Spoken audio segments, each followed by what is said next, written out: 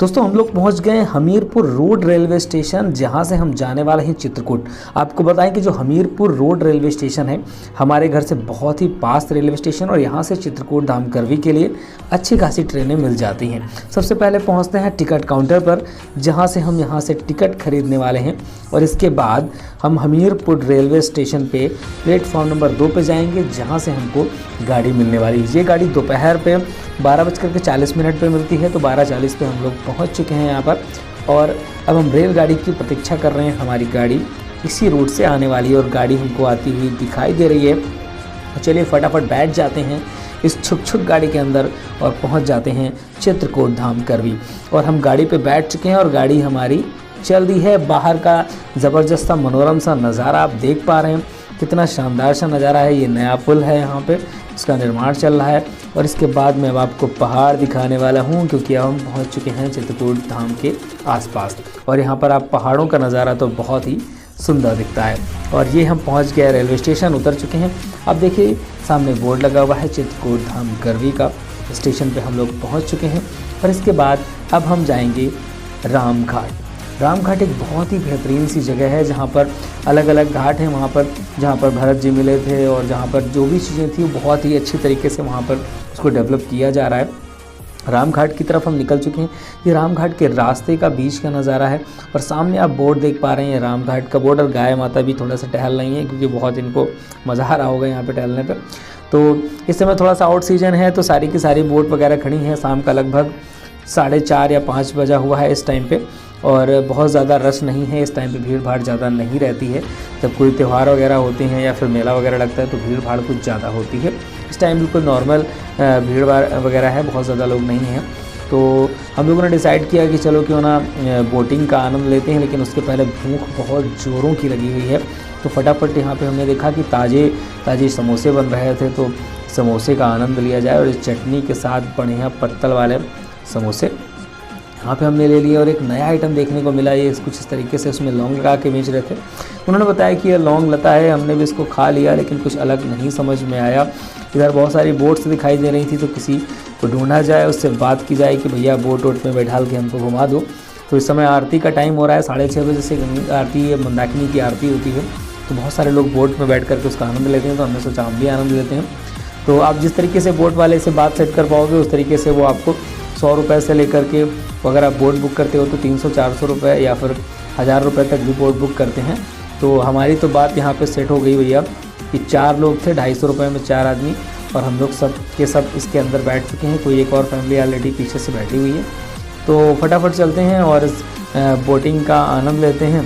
पूरे पे घुमाता है वो बंदा, और वो बताता जाएगा कि किस किस घाट पे क्या क्या हुआ था। वो पूरा का पूरा अपना एक गाइड की तरीके से जानकारी देता है। सामने बंदा है जो बैठा हुआ है लड़का, ये हम लोगों को घुमाना शुरू कर दिया है, इधर ये लेके आ रहा है।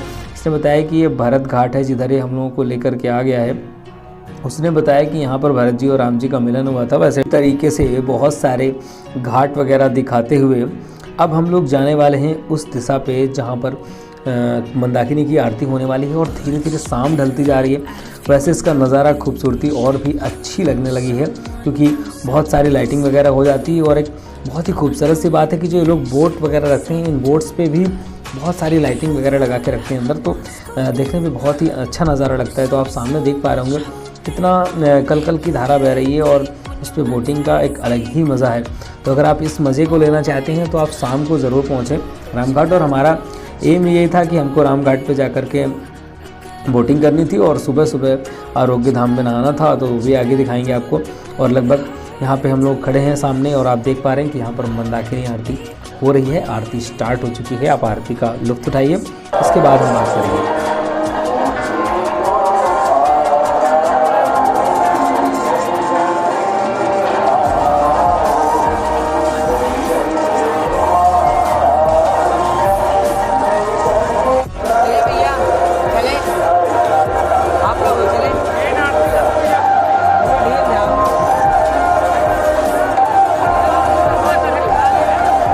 आरती ख़त्म हो चुकी है तो हम लोगों ने सोचा चलो वापसी कर लेते हैं। और वापसी में देखिए कितना सुंदर सा भव्य सा नज़ारा दिखाई दे रहा है, क्योंकि सारी की सारी बोट्स वगैरह पे बहुत सारी लाइट्स लगी हैं, तो देखने में बहुत अच्छा लगता है। यहाँ पर कुछ लोग दीपदान वगैरह करते हैं, तो अगर आप भी कुछ ऐसा करना चाहते हैं तो कर लीजिए। बाकी हमको तो ऐसा कुछ नहीं करना था, हमारा तो उद्देश्य था केवल घूमना और आनंद लेना।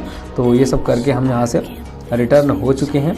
तो अब वापस जाएंगे और जाकर के किनारे पे घाट पे उतर के थोड़ा बहुत टहलें फिरेंगे और रात पे जाकर के सो जाएंगे। सुबह सुबह देखेंगे कि क्या करना है।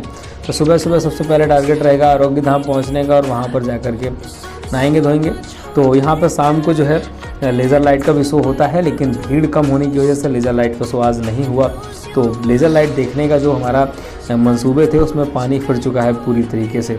चलिए सोते हैं चल के। और अब सुबह हम लोग पहुंच चुके हैं आरोग्य धाम। बहुत ज़्यादा पानी में बहाव नहीं है, लेकिन नहाने में बहुत ज़्यादा मज़ा आता है यहाँ पर और पानी आपको साफ़ मिलेगा।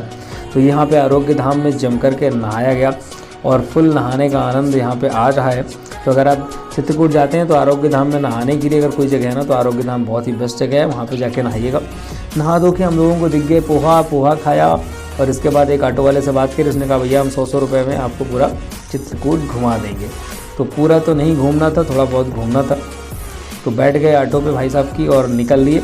और ये जंगलों के बीच में यूपी एमपी के बॉर्डर से होते हुए मध्य प्रदेश का एक एरिया है, वहाँ पर एक स्थान है चित्रकूट पे सती अनसुईया करके, और उस एरिया पे लगभग हम लोग पहुँच चुके हैं। बहुत सारे लोग यहाँ पे पहले से ही मौजूद हैं, वैसे भीड़ भाड़ बहुत ज़्यादा नहीं है। तो थोड़ा बहुत टहल लेते हैं, देख लेते हैं यहाँ पर क्या हो रहा है। तो ये पहाड़ वगैरह हैं, इन पहाड़ों के बीच में एक मंदिर है सती अनसुईया करके। तो ये यहाँ का नज़ारा बहुत ही अच्छा है। यहाँ पे जंगल बहुत ही खूबसूरत से लगते हैं और इसके सामने जो नदी है, नदी पे बहुत अच्छी खासी मछलियाँ हैं। तो लोग मछलियों को दाना वगैरह चुगाते रहते हैं। तो अगर आप आते हैं मछलियों वगैरह दाना वगैरह खिलाना चाहते हैं तो यहाँ पर खिला सकते हैं। काफ़ी बड़ी बड़ी मछलियाँ हैं। और ये जो मंदिर के सामने का फ्रंट है बहुत ही देखने पे खूबसूरत लगता है। मंदिर के अंदर कुछ भजन वगैरह चल रहे हैं, आपको भी दिखाते हैं कि क्या भजन वगैरह हो रहे हैं। और आप देख लीजिए ये मछलियाँ यहाँ पर दिखाई दे रही हैं। तो अभी ये नॉर्मली मछलियाँ घूम रही हैं। अब इनके खाने के लिए दाने वगैरह डाले जाते हैं ना, तो बहुत तेज़ी से सारी की सारी मछलियाँ आ जाती हैं और इकट्ठी हो जाती हैं ढेर सारी आकर के मछलियाँ। तो अगर आप मछलियाँ देखना पसंद करते हैं तो इस तरीके से आप यहाँ पर आकर देख सकते हैं। चलिए चलते हैं मंदिर के अंदर की तरफ। हम आपको कुछ दिखा देते हैं कि मंदिर के अंदर क्या हो रहा है। ये बाहर का दृश्य है और बड़ा खूबसूरत लगता है। और जब कुछ मेला वगैरह होता है तो यहाँ पर भीड़ बहुत अच्छी खासी देखी जा सकती है। इसमें एक तरफ शिवाजी की और एक तरफ महाराणा प्रताप की भी ऊपर स्टैचू बनाए गए हैं। तो चलिए मंदिर के अंदर चलते हैं और आपको दिखाते हैं एक भजन का भव्य नज़ारा।